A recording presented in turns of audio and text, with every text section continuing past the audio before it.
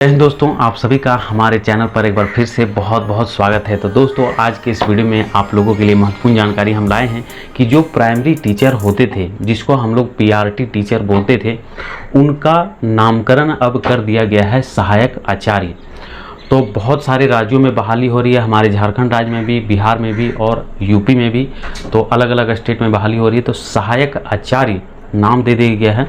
तो सहायक आचार्य की कितनी सैलरी होती है और क्या क्या उनको किस प्रकार से पेमेंट मिलता है, उनका साल में कितना पेमेंट बढ़ता है और सहायक आचार्य का क्या काम होता है और उनको साल भर में कितनी छुट्टियां मिलती है, तो सारा इस वीडियो में हम आपको जानकारी देने वाले हैं।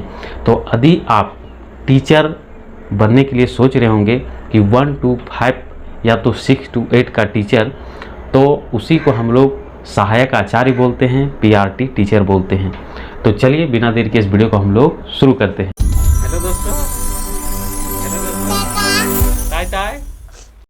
तो दोस्तों सबसे पहले हम लोग बात करेंगे सैलरी की, उसके बाद हम लोग बात करेंगे साल भर में कितनी छुट्टियां मिलती है और उसके बाद हम लोग लास्ट में बात करेंगे कि सहायक आचार्य का क्या कार्य होता है, प्राइमरी टीचर का क्या काम होता है। तो सबसे पहले प्राइमरी टीचर में जो है 1 to 5 क्लास के लिए, तो सारे राज्यों में जो प्राइमरी टीचर की सैलरी है तो लगभग में सेम ही है, 2-4 हज़ार का फ़र्क है। तो झारखंड में जो प्राइमरी टीचर की सैलरी होने वाली है तो उनका होगा पे लेवल 4।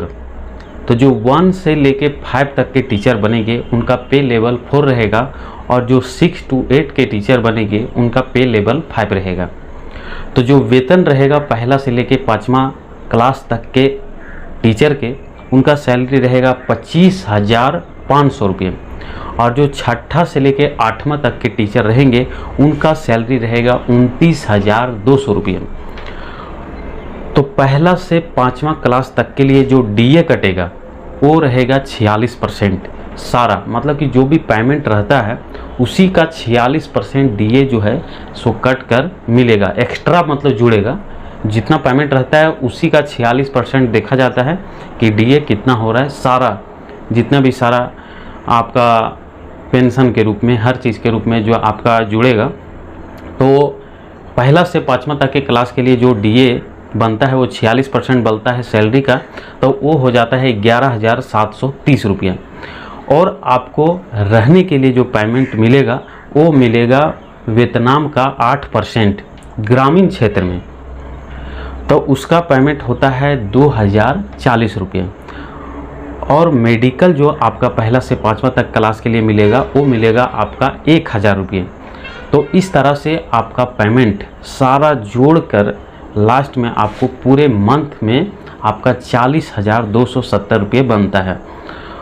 और यदि हम 6 to 8 की बात करें तो इसका वेतनाम है 29,200 रुपये और इसमें भी डीए 46% कटता है। तो डीए 46% में जो है सो 13,432 रुपये का बनेगा और एचआरए 8% जो रहने का मिलेगा वो 2336 रुपये मिलेगा रहने के लिए और मेडिकल मिलेगा 1,000 रुपये। इस तरह से जो है 45,968 रुपये की पूरा सैलरी इन हैंड आती है। अब इसमें एक बात और क्या है कि जो शहरी क्षेत्र में यदि आप रहेंगे, गांव क्षेत्र में रहेंगे, तो किस तरह से सैलरी की बढ़ोतरी या तो कम बेसी मिलेगा। तो इसमें एक कंडीशन है XYZ। तो X का मतलब है कि यदि वहाँ की जनसंख्या 50 लाख से ऊपर की है, मान लीजिए आप शहर क्षेत्र में हैं, वहाँ की जनसंख्या 50 लाख से ऊपर है, तो आपको जो HRA मिलेगा वो 24% मिलेगा, यानी कि आपकी सैलरी बहुत ज़्यादा इंक्रीज मिलेगी। यदि आप 5 लाख से लेकर और 50 लाख के अंदर में यदि वैसे क्षेत्र में आपको मिलता है तो वहाँ पर आपका 16% HRA बनेगा। तो इस तरह से आपका सैलरी जो है इंक्रीज हो जाएगा।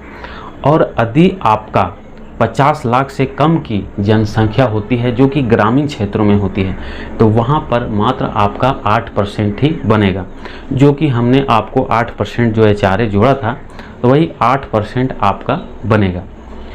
तो इस प्रकार से सैलरी रहती है, जो कि आप स्क्रीनशॉट भी ले सकते हैं। अब हम लोग बात करते हैं कि साल में आपकी सैलरी कितनी बढ़ोतरी होती है।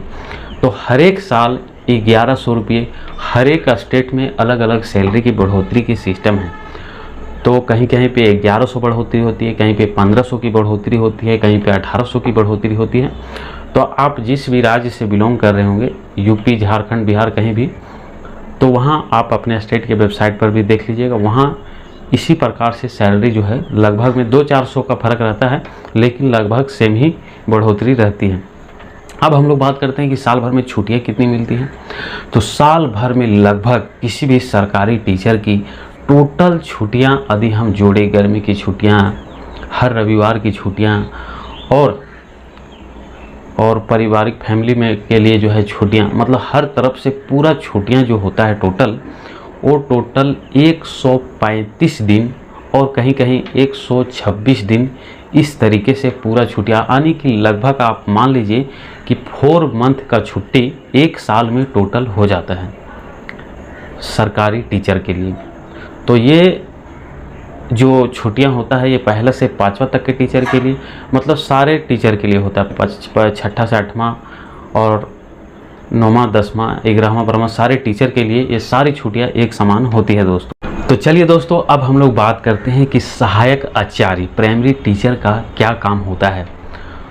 तो उनका काम होता है पाठ्यक्रम अनुसार उनको पढ़ाना, जो उनका सिलेबस है उसी के हिसाब से उनको पढ़ाना और उनको सही दिशा में गाइड करना। साथ ही साथ उनकी बैठने की व्यवस्था और उनका पानी की सुविधा, उनका खाने पीने से ध्यान रखने का सुविधा, उनका स्वास्थ्य से जुड़ा हुआ सारे सुविधाओं को ध्यान में रखना है और बच्चों को मार्गदर्शक करने का काम करना समय समय पर कि उनका दिनचर्या कैसा होना चाहिए।